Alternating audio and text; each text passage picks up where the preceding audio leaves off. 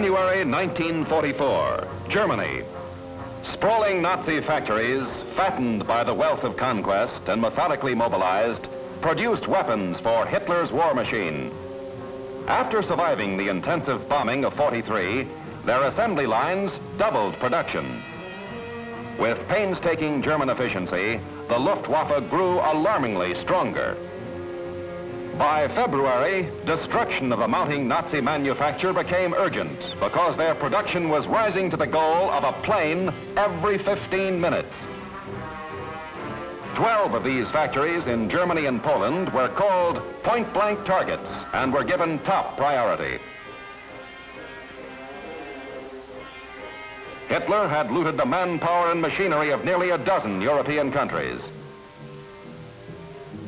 Hermann Goering, his time running out, spawned reinforcements and new weapons.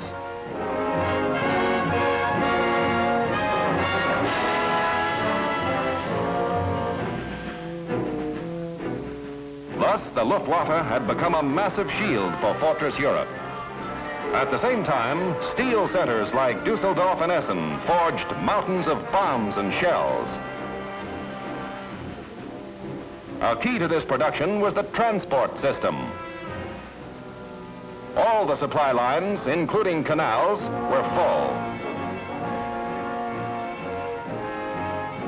The enemy war machine rolled on after a winter during which weather had prevented large-scale Allied air attacks.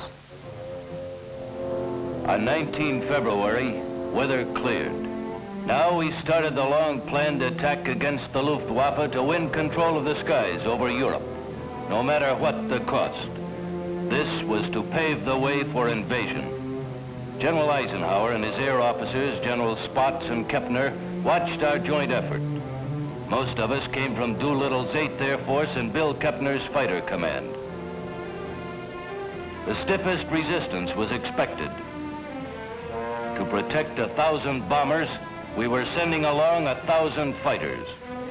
We were going to destroy the Luftwaffe from the bottom up. Nazi factories, Nazi airdromes, and Nazi planes in the sky. Most of General Pete Quesada's 9th Air Force fighter boys had come from units of the 8th. The battle-wise general had helped drive the Luftwaffe out of Africa. Now Quesada was getting us ready for a series of operations which free people will always remember as the Big Week. Sunday morning, 20 February. We prepared for the heaviest assault in the history of the American Strategic Air Forces up to that time. Doubtful weather and a stronger Luftwaffe made this a big gamble. Some expected possible losses up to 200 bombers and crews. This was the prelude to invasion. Generals Brereton, Spaatz, and Vandenberg hurried to join the show. American heavy bombers from Britain and the Mediterranean and all the RAF could muster, the equivalent of 5 air forces, were about to hit the Nazis for 6 consecutive days and nights. In the biggest air blitz of the war, the Allies hoped to finally win air superiority over the Luftwaffe. The liberation of Europe was at stake. Now, for the first time, the AAF had the strength to mount a saturation offensive.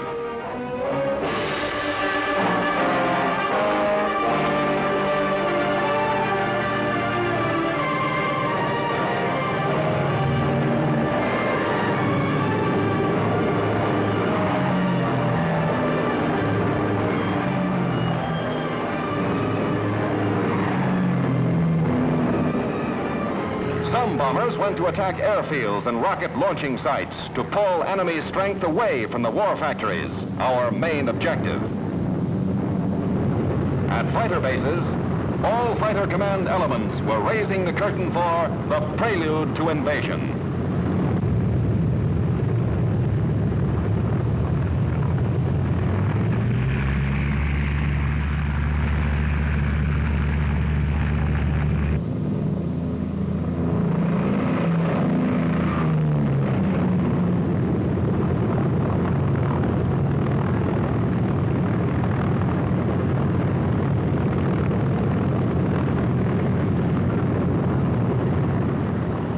takeoff signals marked a change in the basic use of all fighters.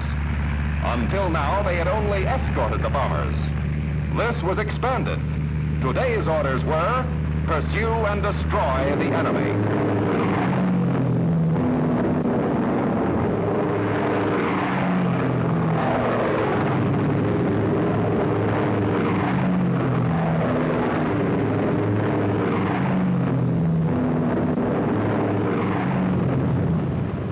Success of the Allied offensive depended on these escort fighters.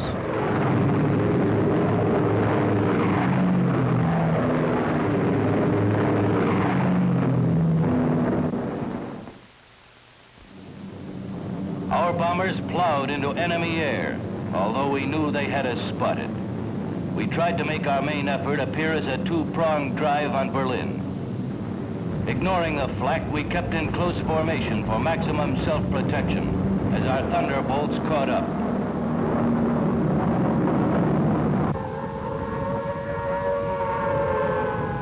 Forewarned, the enemy massed his fighters. They were as determined to stop us as we were to destroy them. Control of the sky, German sky, was the prize.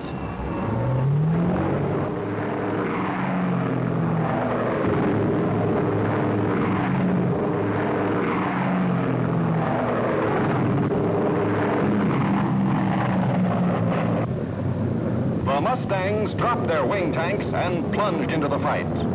Leading was an Ohio boy, Captain Don Gentili. Another hot rod, Colonel Francis Gabreski from Pennsylvania, joined the fight. In the same outfit was Indiana's Major Walker Mahurin.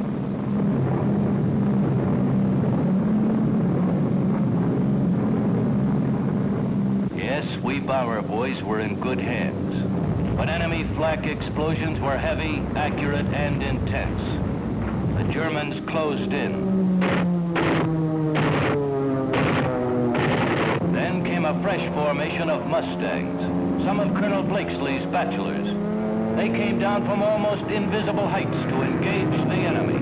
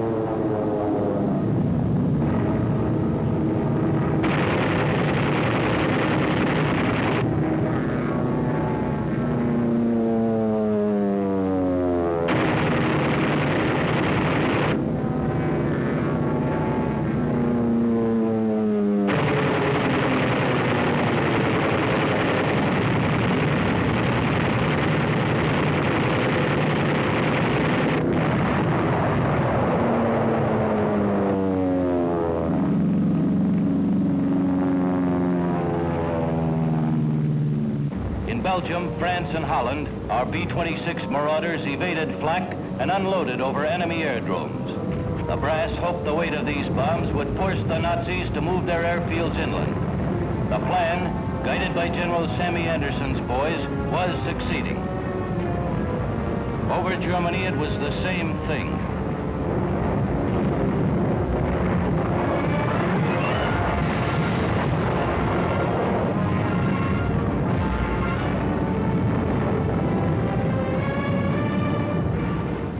First 5 days changed the history of the air war, but it didn't end here. By March, we hit Berlin for the first time. The weight of our attacks increased and held down enemy plane production.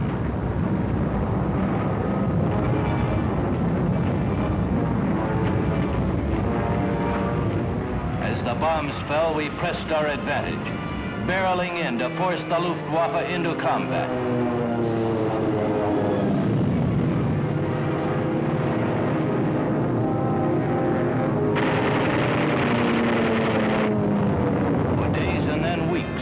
American fighters, without let-up, went after anything that could hurt us. This was no longer a prelude to invasion. This was invasion.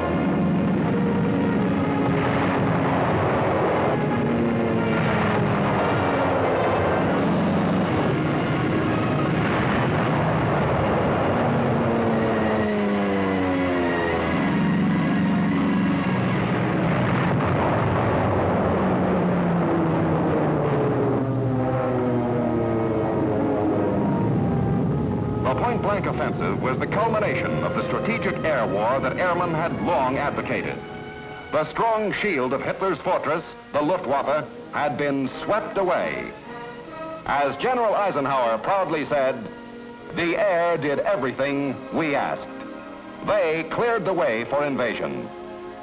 The Allies had attained freedom of the air with the combined long-range strategic bombing and tactical operations of the United States Air Force.